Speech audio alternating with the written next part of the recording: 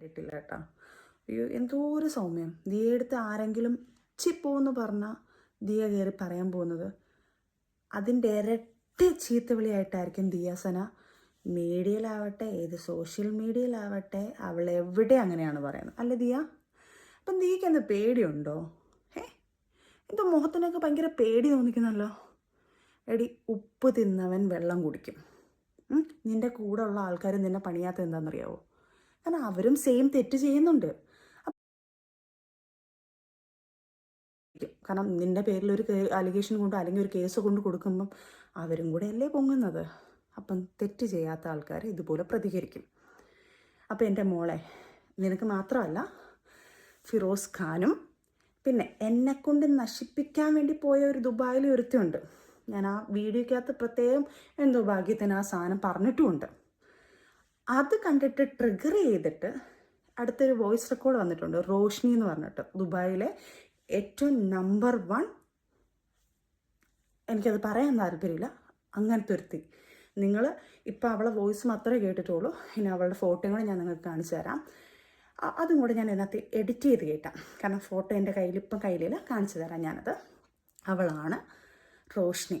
കാരണം എന്തായാലും ഞാൻ ഇത്രയൊന്നും അറിയില്ലേ. അപ്പോൾ എന്നെ അങ്ങ് ഭയങ്കരമായിട്ട് റോഷ്നി, നീ എന്നെ നശിപ്പിക്കാൻ നോക്കിയ നിന്നെ ഞാൻ വെറുതെ വിട്ടതാ, പോട്ടെ ജീവിക്ക് എന്ന് പറഞ്ഞ് വെറുതെ വിട്ടവളെ നീയായിട്ട് ചൊറിഞ്ഞ് മേടിക്കരുത്. പിന്നെ ഫിറോസ് ഖാനിന് ഓഫ് കോഴ്സ് അവരുമായിട്ട് എന്തെങ്കിലും ബന്ധമുണ്ടോ എന്നുള്ളത് ഇനി എനിക്കറിയത്തില്ല. കാരണം ലോകത്തുള്ള എല്ലാ പെണ്ണുങ്ങളുമായിട്ടുണ്ട്.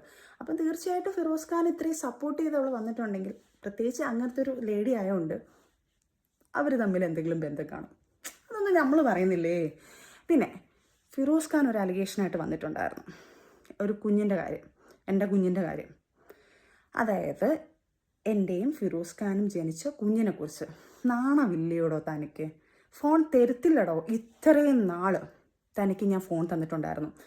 എന്തൊക്കെ പ്രശ്നങ്ങളുണ്ടായാലും തനിക്ക് എൻ്റെ കുഞ്ഞിൻ്റെ ഫോൺ കോളും തന്നെ വിളിച്ചുകൊണ്ട് പോകുമ്പോഴത്തേക്കല്ല ഞാൻ കുഞ്ഞിനുള്ള സ്പേസ്. തന്നോട് ഇഷ്ടമുള്ളതുകൊണ്ടല്ല, തന്നോട് ബഹുമാനം കൊണ്ടല്ല. ആ കുഞ്ഞിന് തന്ത എന്ന് പറയുന്ന അല്ലെങ്കിൽ ഫാദർ എന്ന ഒരാളെ അവന് ആവശ്യമുണ്ട്.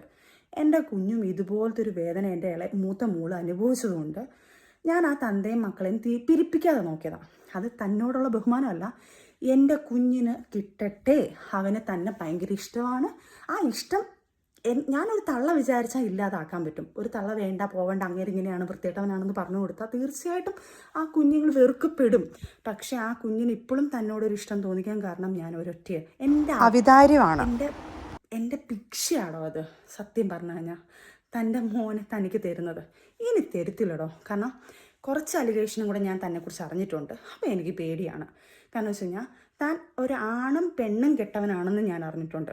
സ്വന്തം മോളുടെ പ്രായമുള്ള ഒരു കുഞ്ഞിനെ നിനക്ക് പീഡിപ്പിക്കാൻ പറ്റുമെങ്കിൽ തീർച്ചയായിട്ടും എൻ്റെ ഈ മോനെ താൻ യൂസ് ചെയ്യും.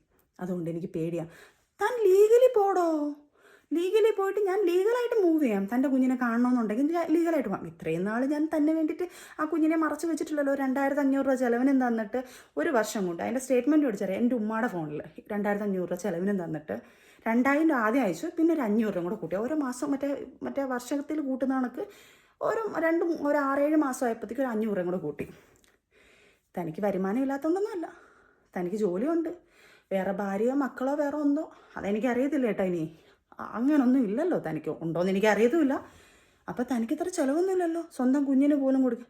എന്നിട്ട് ഞാൻ തന്നോട് സംസാരിക്കാൻ വന്നിട്ടില്ല. എൻ്റെ ഉമ്മയുടെ അക്കൗണ്ടിലായി പൈസ വരുന്നത്. അപ്പോഴും തനിക്ക് വേണ്ടിയിട്ടുള്ള കാര്യങ്ങളോ ഞാൻ തന്നെ അടുത്ത് തെർക്കിക്കാനോ വന്നിട്ടില്ല. കാരണം എന്നിട്ട് ഞാൻ ഉമ്മയെടുത്ത് പറയും, എന്തിനാ ഈ നെക്കപ്പിച്ച് 2500 രൂപ മേടിച്ച് ഒരാഴ്ചത്തെ സ്നാക്സ് ഈ കുഞ്ഞുങ്ങളെ നോക്കുന്നവർക്കറിയാം. ഒരാഴ്ചത്തെ സ്നാക്സ് മേടിക്കാൻ പൈസ പോലും തികയത്തില്ലത്. ആ 2500. അപ്പോൾ എൻ്റെ ഉമ്മി പറയുന്നതാണ്, മൂത്ത കൊച്ചിനോ കൊടുക്കുന്നില്ല, അതിൻ്റെ ഉത്തരവാദിത്വം അറിഞ്ഞിട്ടില്ല. ഇവനെങ്കിലും കൊടുത്ത് 2500 കൊടുത്തിട്ട് ആ കുഞ്ഞിന് എന്തെങ്കിലും ചെയ്യണം എന്നുള്ളൊരു ഒരു മനസ്സാക്ഷി അവന് കിടക്കട്ടെ. എൻ്റെ ഉമ്മി മനസ്സാക്ഷി കാണിച്ചു. അത് നാണമാനമില്ല കേട്ടോ തനിക്ക്. പിന്നെ ഞാനിപ്പം വന്ന മെയിനായിട്ട് എന്നെക്കുറിച്ച് ഇപ്പം കുറേ അലിഗേഷൻ രണ്ടാമതും കുറേ വന്നു. നിയാസനയുടെ കാര്യം, ഫിറോസ് ഖാനും കൂടെ. ഞാൻ അങ്ങനത്തെ ഒരു വൃത്തികെട്ട രീതി ചെയ്തിട്ടുണ്ട് ഉണ്ടെങ്കിൽ, അല്ലാതെ MDMോ കുറേ സാധനങ്ങൾ ഞാൻ ഉപയോഗിച്ചിട്ടുണ്ടെങ്കിൽ ഞാൻ ടെസ്റ്റ് ചെയ്യും. ഞാൻ ഈ വീഡിയോ ഇടുമ്പോഴത്തേക്ക് ചിലപ്പം ടെസ്റ്റ് ചെയ്തിട്ടായിരിക്കും, അല്ലെങ്കിൽ ടെസ്റ്റ് ചെയ്യാൻ പോകുന്നതിന് തൊട്ട് മുന്നേ ആയിരിക്കും ഇടുന്നത്. കാരണം എനിക്ക് ഇവരെയൊക്കെ പേടിയുണ്ട്. എന്നെ എൻ്റെ വീട്ടിൽ ഇനി എന്തെങ്കിലും കൊണ്ടുവച്ചിട്ടോ അല്ലെങ്കിൽ എനിക്ക് എന്തെങ്കിലും എൻ്റെ ശരീരത്തിൽ കയറ്റിക്കൊണ്ട് ഇടുമോ എന്നൊക്കെ പേടിയുള്ളതുകൊണ്ട് എത്രയും വേഗം തന്നെ എന്നെ ടെസ്റ്റ് ചെയ്ത് എന്നെ അറിയാവുന്ന ആൾക്കാരുടെ മുന്നിൽ ഞാൻ ഈ വക സാധനമൊന്നും ഉപയോഗിച്ചിട്ടില്ല എന്നുള്ളത് തെളിയിക്കേണ്ട കടമ എനിക്കാണ്. ഞാൻ ചിലപ്പം ഈ വീഡിയോ ടെസ്റ്റ് ശേഷമോ അല്ലെങ്കിൽ ചെയ്യാൻ പോകുന്ന സമയത്തോ എടുത്തോളൂ. അതിനുശേഷം എൻ്റെ ശരീരത്തിൽ എന്ത് വന്നാലും അതിനുള്ള ഫുൾ ഉത്തരവാദിത്തം ഞാൻ പോലീസ് സ്റ്റേഷനിലും എല്ലായിടത്തും പറഞ്ഞിട്ടുണ്ട്. എൻ്റെ വീട്ടിലോ എന്തെങ്കിലും കൊണ്ടുവച്ചിട്ടുണ്ടോ എനിക്ക് പേടിയാണ്. കാരണം ക്രിമിനലായിട്ട് ചിന്തിക്കുന്ന ആൾക്കാരാണ് ഇവരൊക്കെ. അപ്പോൾ അവരെന്തായാലും നെക്സ്റ്റ് അങ്ങനെ ചിന്തിക്കത്തുള്ളൂ. അതുകൊണ്ട് എനിക്ക് പേടിയുണ്ട്. അതുകൊണ്ട് ഞാൻ എന്നെക്കൊണ്ട് ടെസ്റ്റ് ചെയ്യുക. ഞാൻ എൻ്റെ സ്വന്തം ഇഷ്ടത്തിൽ ഞാൻ പോവാണ് ടെസ്റ്റ് ചെയ്യാൻ വേണ്ടിയിട്ട്. സ്റ്റേഷനിലാണോ അതിൻ്റെ ലീഗൽ വശം എനിക്കറിയത്തില്ല. പക്ഷേ ഞാൻ എന്തായാലും ലീഗൽ വശമായിട്ട് തന്നെ ഞാൻ എന്നെ ടെസ്റ്റ് ചെയ്യും. ഞാൻ അവരുടെ അടുത്ത് റിക്വസ്റ്റ് ചെയ്യും. അതുപോലെ അത്രയ്ക്ക് ധൈര്യം ഉണ്ടെങ്കിൽ ദിയാസന നീ വന്ന് ടെസ്റ്റ് ചെയ്യടി. അതേപോലെ തന്നെ റോഷ്നി നീയും വന്ന് ടെസ്റ്റ് ചെയ്യണം. നിന്നെ ഫോട്ടോയും വെളിയിലായിട്ടുണ്ടല്ലോ, നീയും വന്ന് ടെസ്റ്റ് ചെയ്യണം. ഫിറോസ് ഖാനെ എനിക്കറിയത്തില്ല ചെയ്തിട്ടുണ്ടോ ഇല്ലയോ, പക്ഷേ താനും വന്ന് ചെയ്യണം ഉറപ്പായിട്ടും. കാരണം നിങ്ങൾ 3 പേരുമാണ് എന്നെക്കുറിച്ച് ഈ അലിഗേഷൻ പറഞ്ഞതും ഇങ്ങനെയുള്ള കാര്യങ്ങൾ പറഞ്ഞത്. അപ്പം ഈ 3 പേര് എന്നെക്കുറിച്ച് പറയാണെങ്കിൽ അവകാശം ഉണ്ടെങ്കിൽ അവരും വന്ന് തെളിയിക്കണം.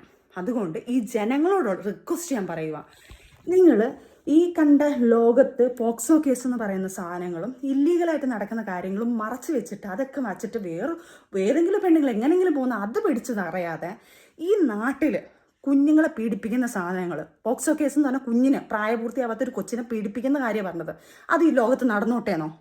അതേപോലെ തന്നെ കഞ്ചാവ്, MDMA അങ്ങനെയുള്ള സാധനങ്ങൾ ഈ കുഞ്ഞുങ്ങൾക്കുള്ള വിതരണവും ഇവളുമാർ ഇങ്ങനെയുള്ള ഇപ്പോൾ പറയുന്ന സോഷ്യൽ വർക്കറാണ് ഞാനെന്ന് പറഞ്ഞു. ഇവളുമാരുള്ളപ്പോൾ ആൾക്കാർ വന്നിട്ട് കുഞ്ഞുങ്ങൾക്ക് കൊടുക്കാനും നാട് നശിപ്പിക്കാനും. അപ്പോൾ ഈ 2 കാര്യം ഇവിടെ നടന്നോട്ടേന്നാണോ നിങ്ങൾ പറയുന്നത്? സ്വന്തം മക്കൾക്ക് പോലും സേഫ്റ്റി ഇല്ലാത്ത കാലം പോലെ ആക്കിക്കണോ ഇതുപോലെ? അപ്പം നിങ്ങൾ പ്രതികരിക്കേ. ഈ ചെറിയ ഈ പറഞ്ഞ കണക്ക് അവനോടെ പോയി ഇവളോടെ പോയി ഇങ്ങനെ പോയി അതല്ല. ആദ്യം ഈ ലോകത്തിനെ നന്നാക്കാനുള്ള ഡ്രഗ്സ് ഇങ്ങനത്തുള്ള സാധനങ്ങളും പിന്നെ അതേപോലെ തന്നെ പീഡനം, പ്രായപൂർത്തിയാവാത്ത കുഞ്ഞുങ്ങളെ പീഡിപ്പിക്കുന്നതും എൻ്റെ ശരീരത്തിൽ കയറ്റിക്കൊണ്ട് ഇടുമോ എന്നൊക്കെ പേടിയുള്ളതുകൊണ്ട് എത്രയും വേഗം തന്നെ എന്നെ ടെസ്റ്റ് ചെയ്ത് എന്നെ അറിയാവുന്ന ആൾക്കാരുടെ മുന്നിൽ ഞാൻ ഈ വക സാധനമൊന്നും ഉപയോഗിച്ചിട്ടില്ല എന്നുള്ളത് തെളിയിക്കേണ്ട കടമ എനിക്കാണ്. ഞാൻ ചിലപ്പം ഈ വീഡിയോ ടെസ്റ്റ് ശേഷമോ അല്ലെങ്കിൽ ചെയ്യാൻ പോകുന്ന സമയത്തോ എടുത്തോളൂ. അതിനുശേഷം എൻ്റെ ശരീരത്തിന് മുന്നേ നീ ആദ്യം ആ കുഞ്ഞിനെ വിളിച്ചുകൊണ്ട് പോയിട്ട് ഈ വീഡിയോ ഇടാൻ ഞാൻ തരുന്നടാ. എനിക്ക് ഈ കുഞ്ഞിനോട് ഭയങ്കര സ്നേഹമാണെന്ന് പറയുന്നുണ്ടല്ലോ. എടാ എൻ്റെ കുഞ്ഞ്, ഈ 2 കുഞ്ഞുങ്ങളും എൻ്റെ വീട്ടുകാരും എൻ്റെ ഈ ഞാനൊരു ട്രോമയിലോട്ട് തന്നെ. കാരണം എനിക്ക് ആദ്യമായിട്ട് എങ്ങനെ സൈബർ അറ്റാക്ക് വരുന്നത്. ഞാൻ ട്രോമയിലോട്ട് പോയി, ഞാൻ ഇവിടെ പാനിക്കായി വല്ലാത്ത അവസ്ഥയിൽ ഞാനിവിടെ കിടക്കുന്ന ഒരു പാനിക് സിറ്റുവേഷൻ എൻ്റെ കുഞ്ഞുങ്ങളും കണ്ടുകൊണ്ടിരിക്കുകയാണ്. അതുങ്ങളും എൻ്റെ കൂടെ ഇരുന്ന് കരയുക, എനിക്ക് വല്ലാത്ത അവസ്ഥയും ഞാൻ കരച്ചിലും ഇതെല്ലാം. അപ്പം സരിത പോടാ നീയൊക്കെ. ഇനിയും കമൻറ്റ് വാടാ.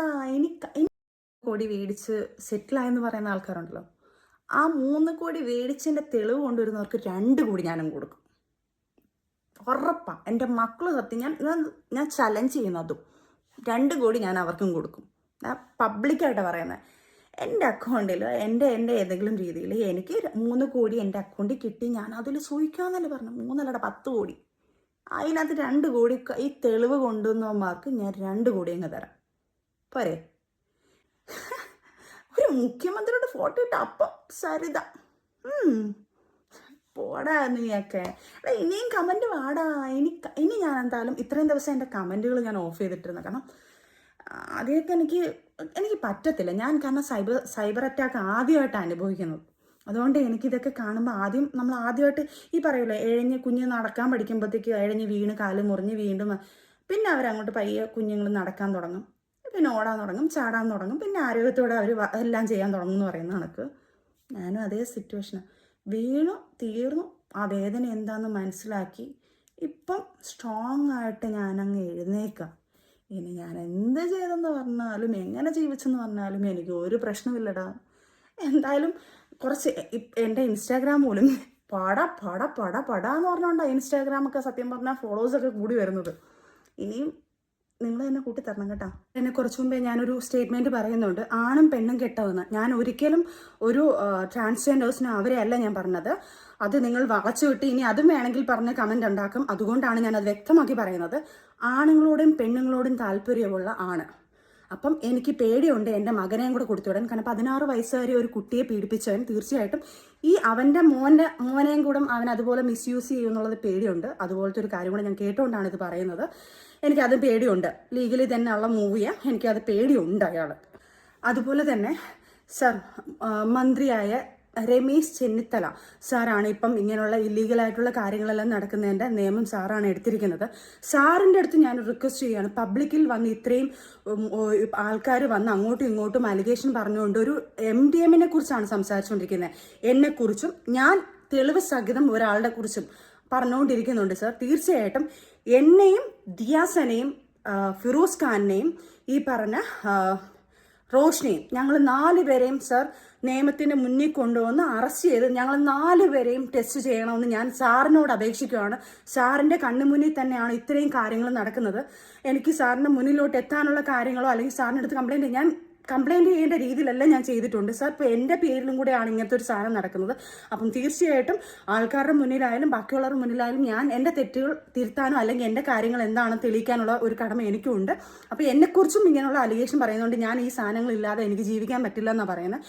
അതുകൊണ്ട് ഈ 4 പേരെ ഞങ്ങൾ 4 പേരെയും അറസ്റ്റ് ചെയ്യുകയോ ഇതിൻ്റെ നിയമവശം ഞങ്ങൾ എന്ത് വേണമെങ്കിലും ചെയ്തിട്ട് ഞങ്ങൾ 4 പേരെയും ടെസ്റ്റ് ചെയ്യണമെന്ന് ഞാൻ സാറിനോട് അപേക്ഷിക്കുകയാണ് സാർ. പ്ലീസ്, നാടിന് വേണ്ടി സാർ ഇത്രയും ചെയ്യുന്ന സാറിൻ്റെ കണ്ണുമുന്നിൽ കിടക്കുന്ന ഈ കാര്യങ്ങളോട് സാർ ചെയ്യണമെന്ന് സാറിനോട് അപേക്ഷിക്കുന്നു സാർ ഞാൻ.